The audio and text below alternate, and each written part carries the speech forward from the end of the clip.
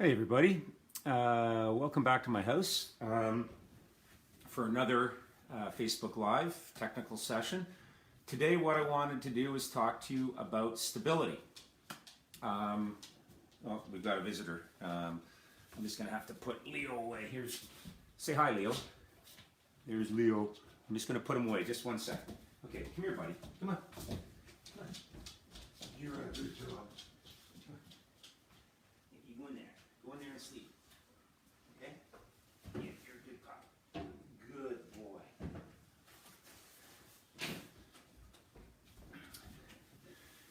Sorry, we had a jailbreak. I want to talk to you about stability. We've mentioned stability a few times. We mentioned stability in some of the leg exercises that I showed you. We've talked about stability when we're talking about some of the land drills, especially the first land drill, which was about the catch and getting body weight on the blade. The importance of that, obviously is really clear for producing more speed to your board, but there's a big stability component to that as well. And then we talked about stability a little bit when we were talking about foot steering, or steering by leaning your board when we were looking at board tracking. And I talked about primary stability, which was when your board feels twitchy or jittery underneath you, and then secondary stability, where the board is twitching or jittering, and then it stops, and it takes a real effort to move it further. So we've talked a little bit about stability, but for people that didn't grow up paddling on the ocean or didn't learn paddling in the ocean, stability can be a real issue. And initially when SUP first started, back in the early days when I was just getting into it, most people were coming from an ocean background. And so, rare were people like me that came from a river or small lake background or flat water canoeing background. And most people who were doing well in races were from ocean backgrounds. And over the last 10 years, we've seen more and more people get into it who are from the interior of the continent or who are from coastal areas but are paddling on the intercoastal or on rivers or lakes. And to the point where I think that there's actually more people paddling who come from flat water backgrounds or flatter water backgrounds rather than big raging, big water ocean conditions. And if you look at some of the most popular races in the world, they're flat water races. The Lemon City Tour, the Paris Crossing, Chattajack, these are the Glagla race. These are huge events and they're occurring on flat water. So given that there's a lot of people getting into SUP who are from a flat water background, I've found that a lot of people are challenged when they're suddenly thrown into rougher water conditions. And I can relate to that. If you watch the podcast that I did recently on SUP Racer with Chris Parker, I talked about my first downwind experience and how I was on the board at the longest for any one stretch of time was about 2 minutes. And in a 9-mile downwinder, I probably fell off my board more than 100 times. I paddled on my knees for most of it. It was a huge challenge, and it wasn't an outrageously big downwind. It was probably only 3 feet. So stability can be a real issue, but there are some things that you can do to make your stability better, and anyone can do them right away and notice a huge difference in their stability. So I'd like to share these with you, these tips with you, and you will find, I think, that you'll feel much more confident in small to moderate chop or small to moderate swell. As it starts to get windier, as the waves get a little bit more oomph to them, as they get steeper, as they start to whitecap and crumble, these tips aren't going to do you a lot of good at first. But if you practice them and practice in more tame conditions and work your way up to those more gnarly conditions, then you'll be able to handle them surprisingly well too. Just to give you an idea of how quickly, if you're willing to put the time in, how quickly you can improve your stability. That first year that I paddled SUP was, first season that I raced was 2011. And that downwind experience that I related to Chris Parker in the SUP Racer podcast happened in March of 2011 in Wrightsville Beach, between Wrightsville Beach and someplace up the coast. I can't remember the name of it, but it was 9 miles in that stretch of ocean, which if you've been to the Carolina Cup, you're familiar with. And I got pummeled, and it was embarrassing, and it was humiliating, and I came back to the place I was staying that evening, and I was covered from head to toe in bruises from falling off my board and climbing back on. But bruised far more than any part of my body was my ego, and I thought, this probably isn't for me. I can't do this.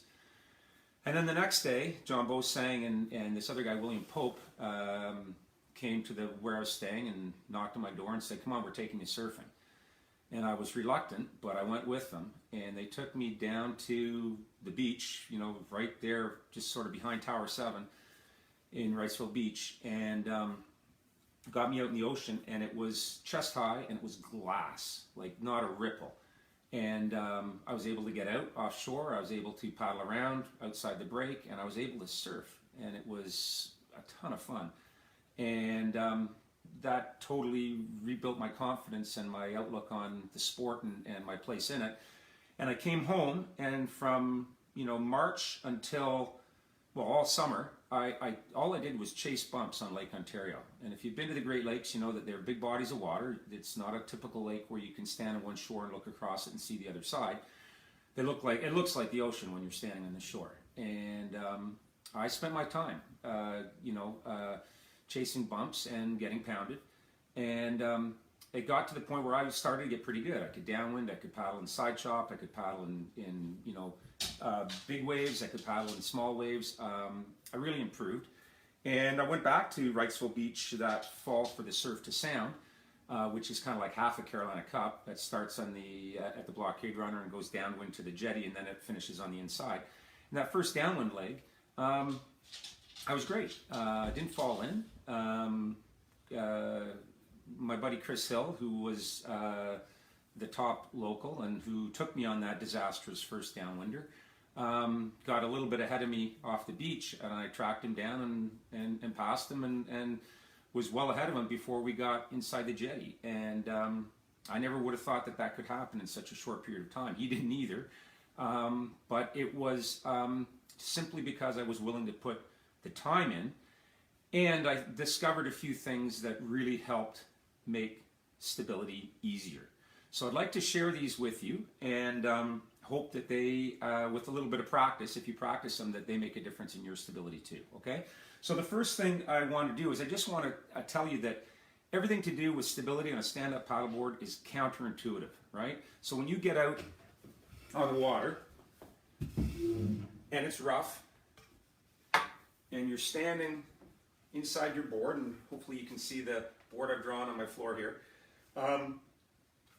So you're in flat water, you feel pretty confident, you feel pretty relaxed, you can get a good rhythm, you can get outside the board and get some weight in the paddle like we've been talking about in so many of the videos that I've done, whether it's the land drills or whether it's paddling close to the rail for tracking your board straight. You can get outside the board, you can do that, you can be relaxed, you can feel comfortable. But as soon as you start to get into conditions where it gets windier, it gets choppier, it gets wavier, you start to tighten up a bit. And that's human nature, right? Like you tend to tense up a bit, and you tend to sort of think that you need to be ready to adjust your balance, and so you tense up a bit, which is really the worst thing that you want to do. But that's an instinct.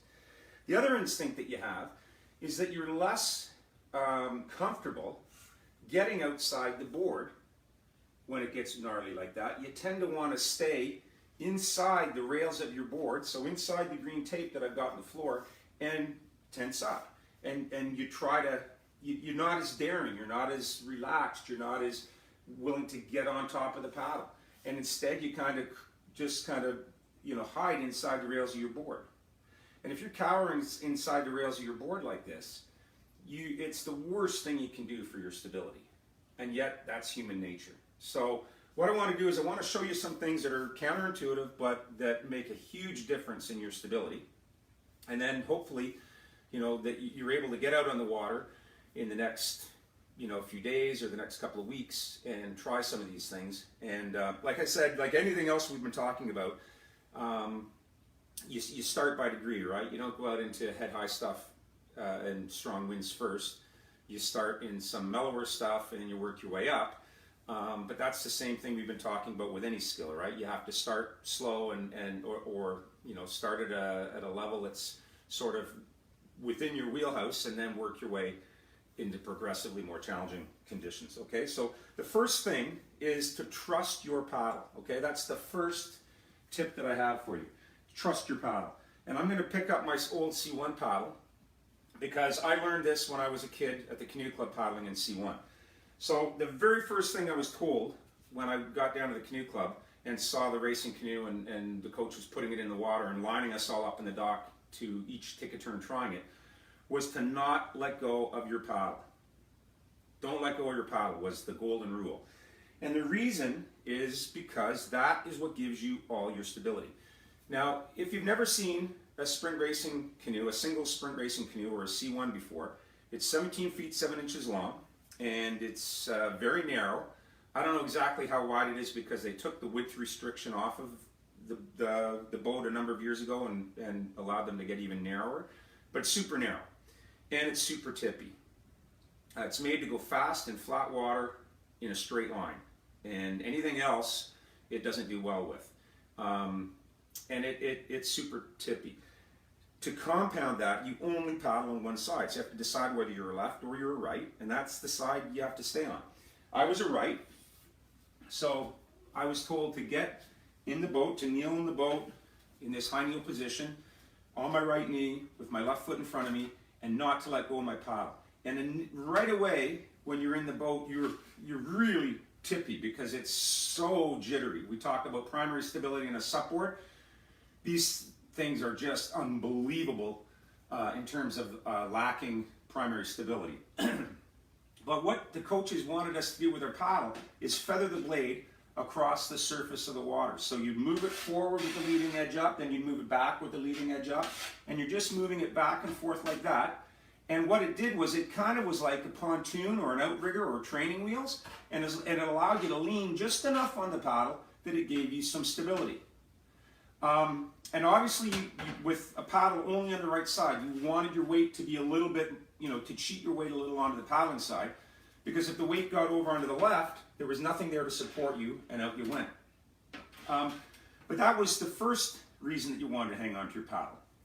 Interestingly enough, most people in C1 when they're learning, when they feel that they're really tippy, their instinct, again, you have to fight your instincts sometimes, is to let go of the paddle and hang on to the boat, the gunnels of the boat. And as soon as you do that, the boat's even more tippy now and you end up falling in. So you hang on to your paddle and you feather your blade. When the blade's out of the water and not feathering across the surface of the water, it's giving you balance still, right? Because it's got length to it, and that length is analogous to walking along, walking along the curb or something and trying to keep your balance, and you stick your arms out, and that gives you more balance than if your arms are close to your body. Or if you're doing slackline training with Seychelles, she'll have you putting your arms out while you do the slackline, and that gives you more balance.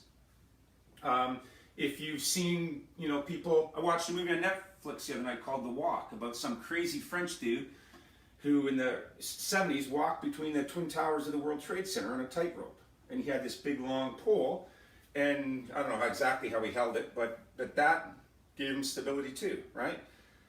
So your paddle has the same effect. So even when it's not in the water, it's giving you some stability. But the place where your paddle gives you the most stability is when it's in the water. And feathering the blade is just, that's just a little bit of stability to get you started, but you can't paddle fast if you're always feathering. You actually have to be reaching forward, gathering water in the blade, and pulling strokes. And that's a hard position to get into because you're maybe reluctant to trust the paddle, that the paddle's going to gather enough water on the blade, face to support you. But it does, it will. And you have to take that leap of faith that it's going to do that for you. I'll just grab my my SUP paddle now, since we are talking about SUP stability. One of the things, it's the same thing on a SUP. You don't really need to feather your blade that much because SUPs are more stable than a Sprint C1. But the idea of reaching forward, gathering water on your blade, and having that blade take your body weight, not only does that help us go faster, get weight in the blade. We talked about that in the land drills, the importance of getting weight, loading weight in the blade. It lifts the board up and makes it easier to accelerate the board forward because it's weight that comes off the board. But it gives you stability as well, because we all know how to brace in a SUP, right? We all know a brace is where you lose your balance and you slap the blade down in the water and you can lean on it for a second before you have to start moving it. But that split second that you lean on it gives you enough time to sort of regain your stability. That's a brace. Well, guess what? This is a brace too, right? Every stroke you take where you reach forward and load the blade, that's a brace as well. And you need to get used to that being a brace, because that's going to give you stability. All right? So you have to learn to trust your paddle. And for most people, they get to a point where they can do that pretty well in flat water. But the rules don't change when you get into progressively rougher water. You have to try to do the same thing. You have to be able to continue to get weight off the board and onto your paddle. And as long as your paddle's in the water, with water gathered on the blade face, and it's taking your body weight, it's supporting you. You can lean on it, the paddle, a lot like I'm leaning on the paddle right now. Right? If you took the paddle away from me right now, I'd fall over. And it's the same thing. If the paddle gets taken out of your hand and the board, you fall in the water. But if the blade's in the water with water gathered on the blade face, you've got a load on it and you're working against that load, you've got stability, whether the water's flat or whether it's really wavy, okay? So you have to trust the paddle. And staying inside the board, like your instincts are telling you, right? And being afraid to get outside the board and get weight on your blade is not going to help your stability, okay? That instinct is the exact wrong thing to do.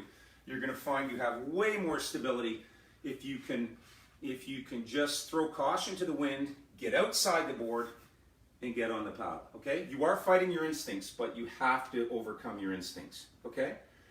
The second thing is you need to focus on your paddling rhythm. This is something I learned actually later in my sprint canoe career. I grew up paddling on a very flat river, very sheltered, and it was great because it gave us fantastic training water. We never lost days to rough water. Right from the very beginning, we were able to develop the confidence to get outside the board and on top of our paddle. Whereas people who grew up paddling on rougher water would, some days they'd get down to the training site and they'd find the waves were so big or the wind was so strong that it was beyond their skill level and they lost a day of good paddling. We never had that problem where I grew up. We were able to, right from the beginning, every day get great paddling conditions, and that helped me become a world-class paddler much more quickly than it would have happened if I paddled on lousy water. The problem was that I was so good in optimal conditions, but some of the races that I ended up doing weren't in such optimal conditions. Even though they're small lakes or look like giant swimming pools, they're artificial, canals, they still get pretty choppy and they still get pretty windy. And some days where I raced, the conditions were so rough that balance was an issue for me. And I knew that I had to trust the paddle, and I could do that, but it wasn't always enough. I'd get a little tense.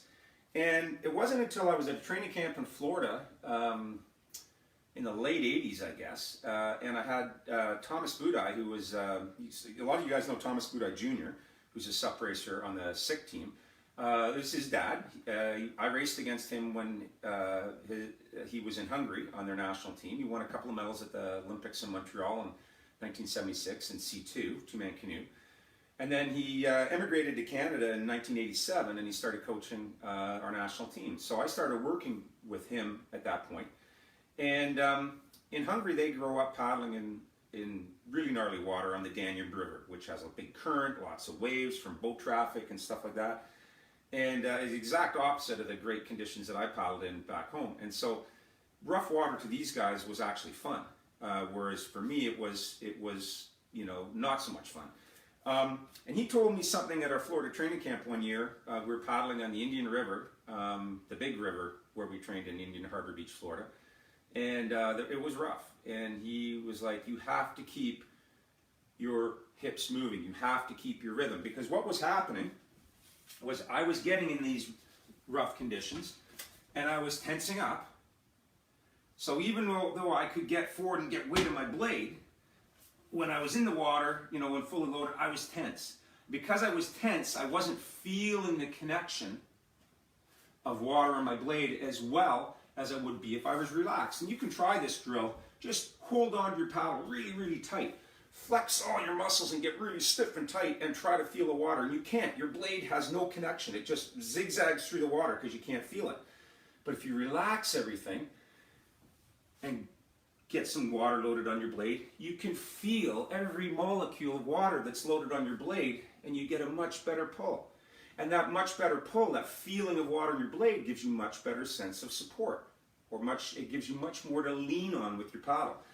So that was the first reason I needed to relax. But the second reason was that in my tension that was in my body, I wasn't able to have a good paddling rhythm. And because I lacked a good paddling rhythm, like a motion that I could lock into, I lost my rhythm in the rough water and I get kind of tense and jittery with my movement, the wobbling of the canoe and the waves started to dominate the motion rather than my paddling rhythm dominating the motion. And so remember I told you right at the top of this video that having stability in rough water is a lot of fighting your instincts, and the first instinct was to sort of hide inside the rails of the board, and you know the first tip was to get outside the rails of your board on the paddle. Well, the second one is to relax, not to tense up, not to feel, oh my God, here comes a rough water and start to tense up in anticipation of it. It's to relax. And the rougher the water is, the more you should relax and the more you should focus on your paddling rhythm so that you continue with your paddling rhythm. So I'll get my SUP paddle again. And you know, if I was in this rough water, if I saw the rough water coming, I would, if this is I'm paddling flat water and have my good paddling rhythm and I start to approach the rough water, I should accentuate my paddling rhythm to make sure that I'm locked into this paddling rhythm and fight. By accentuating that paddling rhythm, I'm fighting the urge, the instinct to start to tighten up and be cautious in order to save my balance. Here's what happens if you tighten up and try to save your balance, right? You become very tense and you become very stiff, and you're staying inside the rails of your board. You're not getting out on the water and finding support when the blade's in the water from your paddle. And in this scenario, you become like a pole on your boat, on your board. You become like the mast on a sailboat, right? So when you get tense, when the board wobbles, you tend to wobble with it. If you're relaxed, when the board wobbles, you can absorb some of that wobbling of the board, and you can, you know, with your legs and your upper body, especially if you're focusing on the rhythm, your hips and your upper body can continue their force-producing movements, right? And your legs will just absorb the little wobbles. But if you tense up, your legs don't absorb as well, and all of a sudden, you start moving with the board when the board wobbles. And I don't know if any of you have ever stood on a jetty at a harbor and watched a sailboat come into the harbor in rough water. The sailboat will be rocking back and forth in the waves, and its mast will be, if this is the sailboat, okay, the sailboat's rocking back and forth, but if my paddle shaft is the mast, look how much the paddle shaft moves, or the mast of the sailboat moves, right? And stability is all about keeping your center of mass inside your base of support. So if you start to tense up and you start to wobble like a pool or like the mast in a sailboat, what happens is your center of mass, which would be up here somewhere, it gets outside of your base of support and you fall off, right? Now the interesting thing is that SUP boards don't usually flip. We talked about secondary stability. They'll wobble to a point and they'll stop. Remember, we talked about that during the foot steering video. Primary stability can be really jittery, but there's always that secondary stability point where it stops. So absorb the movement of the board in the rough water and let it go over to that point of secondary stability and just absorb the movement in your lower legs and focus on your paddling rhythm. Okay, what you'll find is that your paddling rhythm, this motion of your hips and your connection to the water and your leg movement, all of this motion starts to dominate this motion, the rocking motion of your board. And if you get your paddling motion dominating the rocking motion, you get to a point where you barely even feel the rocking motion at all. Okay? It's unbelievable what a difference that makes. But if you tense up, you feel every little bump or ripple and you move with it. And if you get your center of mass outside your base of support, you're in the water. Okay, you're jumping off your board or falling off your board, you're in the water. And I learned that from Thomas back in Florida and in my C1, and it was this exact same thing, and it was just, I just had to keep my hips moving and keep my weight in the blade. And if I did that, that dominated any wobbling I was getting from the waves. It's amazing what a difference that makes, okay? So trust your paddle, focus on your paddling rhythm. The third thing is, and it's the third tip, is sort of an extension of the second one, focusing on your paddling rhythm. I find the easiest way to focus on my paddling rhythm when I'm in really rough water is to think about moving more, not less. So if, for example, I'm paddling along and my weight's forward and I'm catching the water and I'm getting a good load on the blade, and then I'm getting to this point in my exit like we did in the exit drill on land, and I'm pushing off and I'm getting the board to accelerate off the back of the stroke, and then I'm loading the next stroke.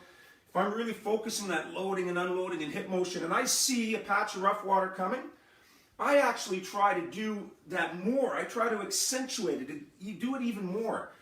And that's going to ensure that when I get into that rough water, I can successfully overcome my instincts to tighten up. Okay? So think about moving more, not less. The next tip is a pretty obvious one, and most people try this it's usually the first thing that they try, and that's to get lower. Okay? We know that the lower you get, the lower your center of mass gets. And if your center of mass gets lower, it's more difficult for it to get outside the base of support. Okay, so I'm going to go back to my paddle shaft as being the mast on a sailboat, and my hand as being the sailboat. Okay, so look, if I pick a point up here, way up here on my paddle, you can see just a little bit of a tilt. My hand is way outside my base of support. It moved a lot. But if my center of mass is down here somewhere, it's not nearly as far outside my base of support, right? Okay, so the boat tilts. If you're low, you're not that far outside your base of support. If you're high, you're much further outside your base of support. So that's an exaggeration, obviously, because we don't get, that extreme a difference from getting lower on a SUP. But if you can go from, your normal amount of leg bend, and you see rough water coming, if you can get just a little lower, it's going to do a couple of things. It's going to lower your base of support, your center of mass. It's going to help you get the blade loaded a little bit sooner, right? Because if you're lower, you're closer to the water with your paddle blade. You're closer to the water with your hips, with your shoulder, with your paddling hand, and with your blade tip. So it gets in the water and loaded a little bit sooner. So it's giving you support a little bit sooner. It's in the air a little bit less time. And it also, because your legs are bent, it helps you a little bit more feel, what the board's doing underneath you, and you can absorb it a little bit better with your leg muscles, okay? And then the other thing too is if you're getting lower, then you're probably going to, in the exit, come up just a little bit more. It helps you accentuate the movement of your hips, and that was, so it getting lower not only reduces your, or lowers your center of mass, but it also helps you, focus on your paddling rhythm and move more as opposed to moving less. So it kind of helps you with the last two tips that we've discussed. Going along with that is don't be tentative. I can't tell you how many times in my life as a paddler, as a SUP paddler, I would see rough water and I would get a little bit tentative. I'd be a little bit cautious when I should have just thrown caution to the wind and charged. And again, you're fighting your instincts. Your instincts tell you when something looks dangerous or scary or challenging to be a little bit, cautious. You got to trust that the paddle is going to support your body weight. You got to trust that your rhythm is going to override the wobbling of the board, and you got to charge. And I found that the more I charged, the better I did. And a perfect example of that is, trying to get off the beach. You can be standing on the beach on the start, and I'm not good at it by any means. This is the worst part of my racing. But you can stand on the beach and look out at the waves coming in, and you can psych yourself out for what you're about to do by looking at it and going, oh my God, those waves look big. Oh my God, the swell looks big. And you're watching breaker after breaker after breaker coming in, and you can start to psych yourself out. And so that when you do run in and jump on your board, you're a little bit tense, you're a little bit tight, you're a little bit tentative. And if you watch the guys who are good, it's like it's just like Geronimo. They just go like charge, and they just attack, and they're like boop, boop, boop, boop, over the waves, and they're out of the break so quick, and then they're just like, they're loving life after that. And so on a different level, if you're not doing technical racing where you're going off the beach, and I do so few of these races that I don't care that much really these days about my beach starts, because I just don't do that many races that involve them. I like more distance races and races that are either flat water races, distance races like Chattajack, or races that have a little bit of this, a little bit of that, but might have a water start like a Key West or whatever.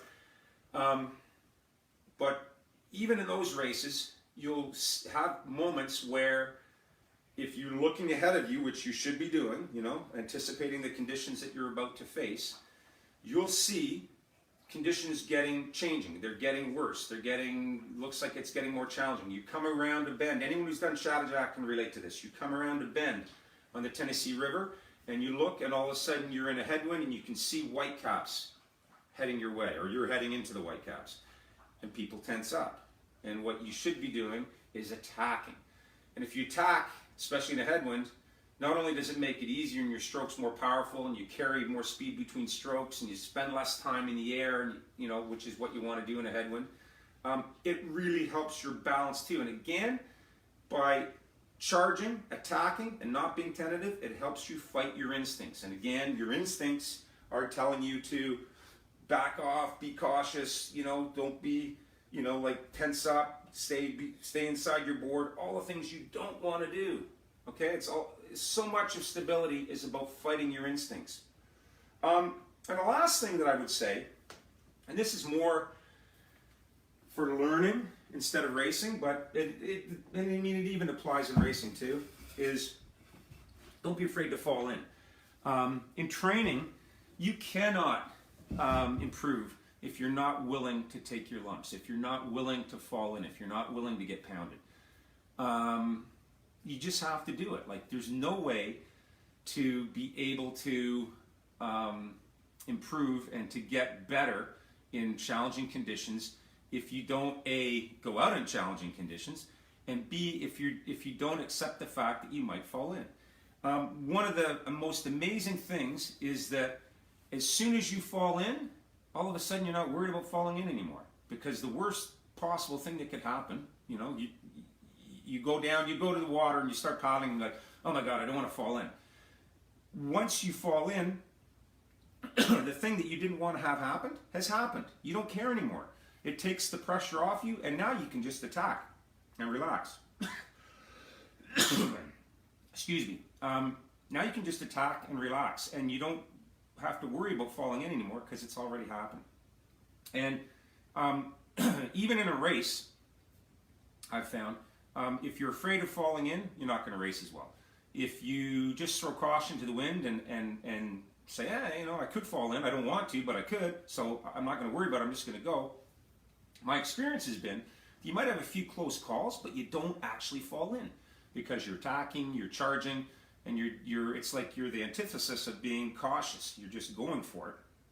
And when you go for it, it allows you to trust your paddle better. It allows you to focus on your paddling rhythm better. It allows you to move more rather than move less better, right? All the things that you need to do to be stable, it allows you to do those things better. And so it's the same thing for paddling up here where part of where I'm from. When we're paddling all winter, you know, there are days where I don't want to fall in. I'm all geared up for it, but I still don't want to fall in when it's minus 20. And occasionally it happens. But, you know, those are days where I'd rather stay on my board. But if you're afraid of falling in, you'll find that the paddling is not nearly as good as if you're not thinking about it. This time of year, where the air temperature is getting warm but the water is still really cold, we're still geared up. And so you're either roasting like a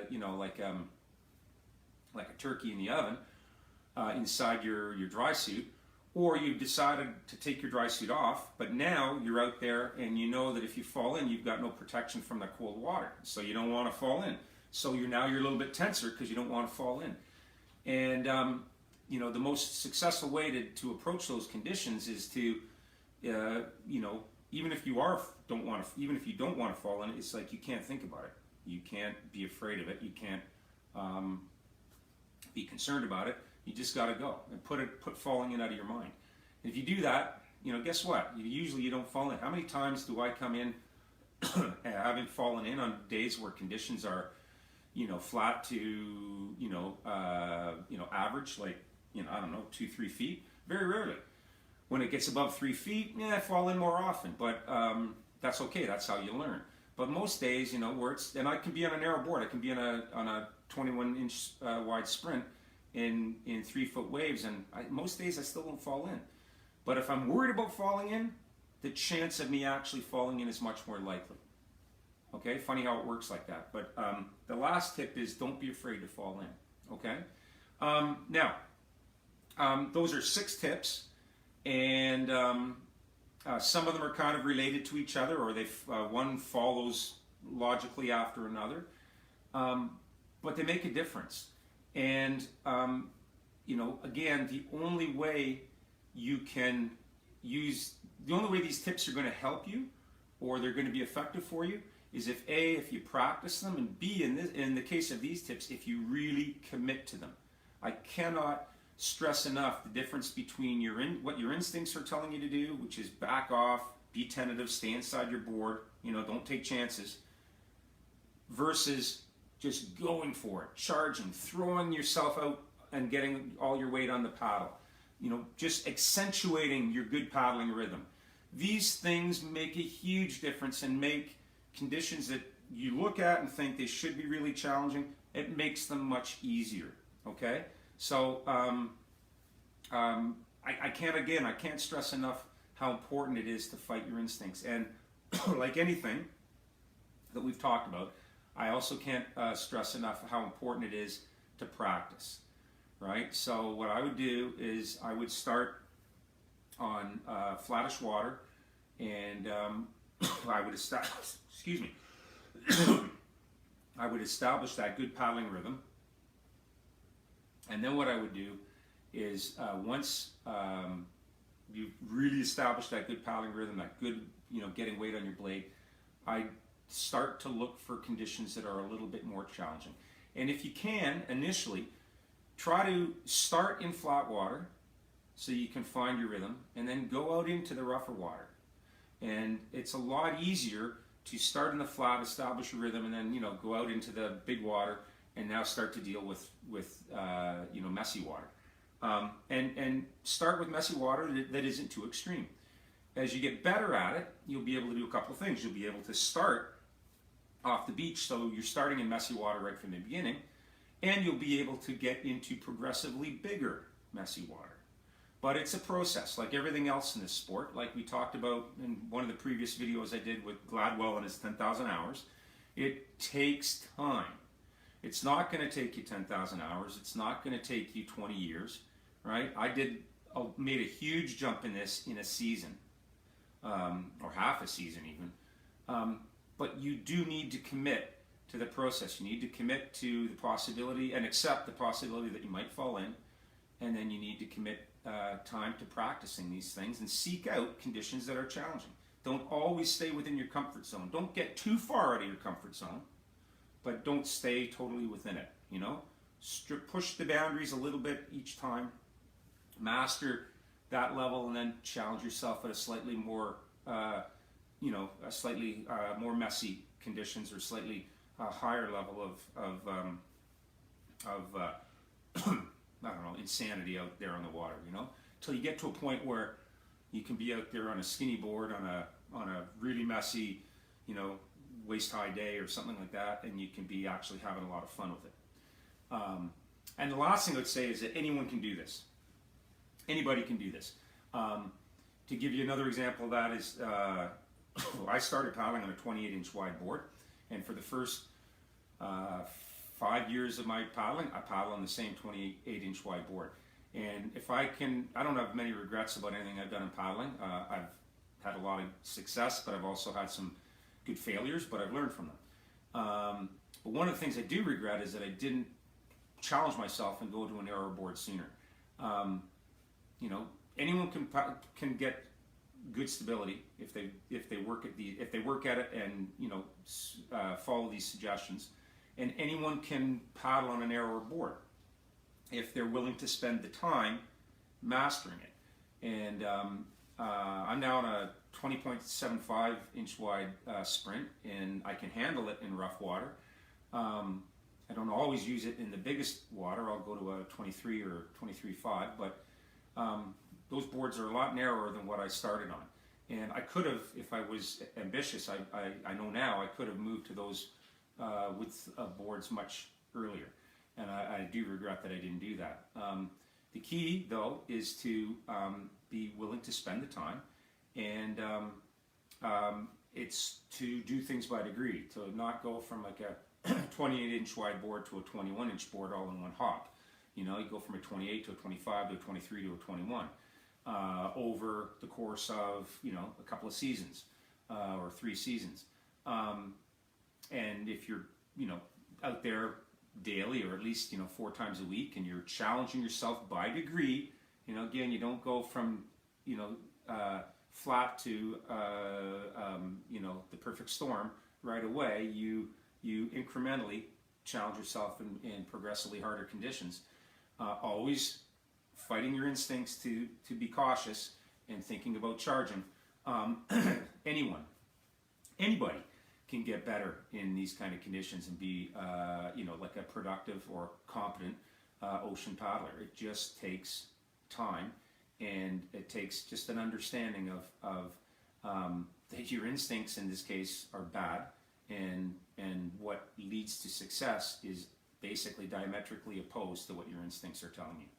Okay, so those are my tips for stability. I hope for all you flatwater paddlers, people who grew up on rivers or small lakes, like I paddled on for most of the first part of my paddling life, I hope that these drills make a difference, or these tips make a difference for you. And I'll be back next week with something new to talk to you about. I'll have to think about what it is, unless some of you want to give me some suggestions. Again, I asked for this in the last video.